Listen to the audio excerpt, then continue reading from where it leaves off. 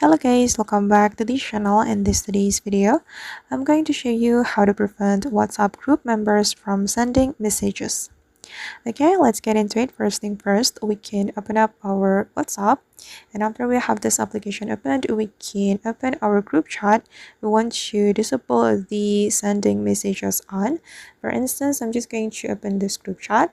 Then we can click on the group chat's name right here, and you have to update the group permission. You can scroll down and you can click on group permissions right here. And if you want to disable the send messages feature on your WhatsApp group chat, you just need to click on this toggle button. And right after you disable this feature, all of the group members can't send messages to your WhatsApp group chat. And for your information, that I'm the admin of this group chat, so I have the authority to turn this off.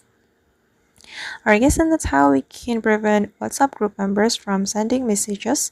I hope this tutorial will be useful for you. Thank you so much for watching and see you in the next video.